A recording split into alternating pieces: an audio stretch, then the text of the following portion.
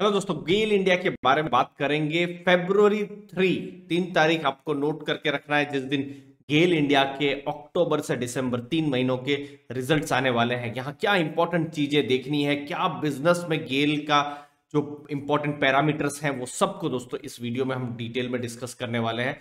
सबसे पहले बात करते हैं जो स्टैंड अलोन बिजनेस है, किस हिसाब से इनकम हुई थी Q1 में, अप्रैल से जून 2021 का जो समय था 17,584 करोड़। फिर जो Q2 था 22,289 करोड़। तो ये हमको हेल्प करेगा जब भी Q3 का रिजल्ट आएगा ये समझने के लिए कि सीक्वेंशियली Q2 से Q3 इंक्रीज हो रहा है या नहीं हो रहा है। तो 22,289 करोड़ एक इंपॉर्टेंट नंबर है।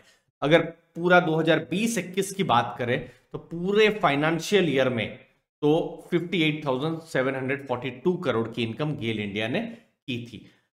प्रॉफिट्स की बात करते हैं तो देखिए Q1 में 1530 करोड़ का प्रॉफिट। फिर दूसरा इंपॉर्टेंट नंबर Q2 2863 करोड़ का प्रॉफिट। तो ये Q2 में प्रॉफिट्स था, तो ये इंपॉर्टेंट नंबर है जो बिल्कुल ध्यान में रखना है कि Q2 से Q3 में प्रॉफिट्स इंक्रीज हुए हैं या नहीं हुए हैं।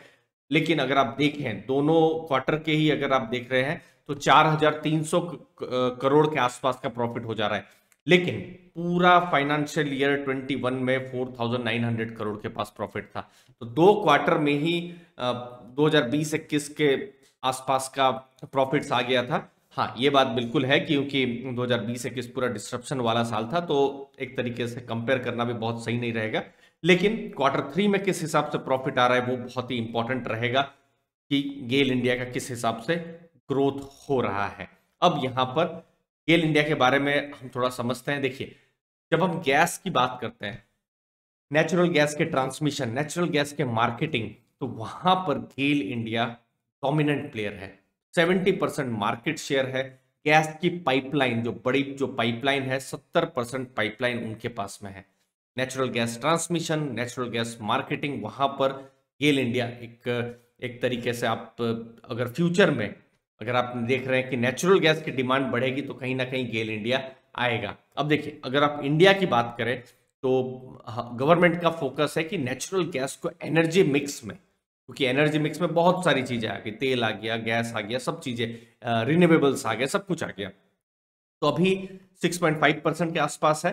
तो गवर्नमेंट का कहना है 2030 तक ये 15% तक आ जाना चाहिए।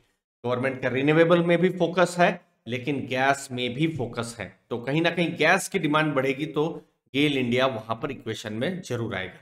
अब देखिए, यहां पर 2011 के समय में रिटर्न ऑन कैपिटल एम्प्लॉयड 26% तक हुआ करता था, क्योंकि 2016 तक 9% गिर गया, क्योंकि जो पीएनजी जो बोर्ड है, तो उन्होंने जो रेगुलेटरी बोर्ड है, तो उन्होंने जो टैरिफ जो थे बहुत नहीं बढ़ाए थे। तो ये इसकी वजह से बिजनेस में क्योंकि रेगुलेटेड बिजनेस, ये एक इशू है गेल इंडिया का, क्योंकि ये रेगुलेटेड है, गवर्नमेंट का यहाँ पर एक तरीके से रहता है। तो ये एक इंपॉर्टेंट चीज है जो बिल्कुल ध्यान में रखना है इन्वेस्टर्स को। तो अभी रिवाइज किया है बहुत सारी पाइपलाइंस के लिए, तो धीरे धीरे आरओसी भी बढ़ना शुरू हो गए हैं। तो ये एक इंपॉर्टेंट चीज गेल इंडिया के लिए भी है। अब देखिए, मार्केट कैप देखेंगे 63,000 करोड़ के आसपास है। स्टॉक प्राइस फिलहाल 142 के पास है। पी रेशियो 6.7 है और प्राइस टू बुक 1.05। तो एक क्लासिक को कहते हैं ना, वैल्यू स्टॉक की तरह ये है। आप यहाँ पर डिविडेंड यील्ड भी देख सकते हैं, 3.5% की है। तो क्लासिक वैल्यू स्टॉक की तरह है। लेकिन क्या ये वैल्यू ट्रैप है, तो ये मुझे लगता है आने वाला समय बताएगा। जैसे जैसे बड़ा ग्रोथ होता रहेगा तो इन्वेस्टर्स को और ज्यादा यहाँ पर आइडिया आएगा। बाकी रिटर्न ऑन कैपिटल एम्प्लॉयड जो मैंने कहा था कि 9% के आसपास है, अभी 2016 की वो डेटा था, तो अभी थोड़ा बढ़ा है 13.5%। और अभी तो अगर आप कुछ भी नई बिडिंग देखें तो ये एक तरीके से कॉम्पिटेटिव बिडिंग होती है, तो आरओसी थोड़ा सा प्रेशर में थोड़ा सा रह सकता है। तो ये एक इंपॉर्टेंट पैरामीटर होगा किस हिसाब से गेल इंडिया उस पर काम करेगी।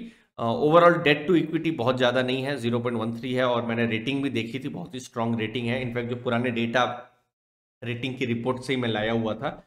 सेल्स ग्रोथ बहुत नहीं हुआ है, बाकी प्रॉफिट ग्रोथ यहाँ पर ऑलमोस्ट 3 साल में डबल प्रॉफिट गेल इंडिया का यहाँ पर हुआ है। तो ये कुछ इंपॉर्टेंट नंबर्स हैं गेल इंडिया के लिए। Q3 के रिजल्ट भी बहुत जल्दी आने वाले हैं, February 3 को। तो हम लोग इंतजार करेंगे रिजल्ट्स का।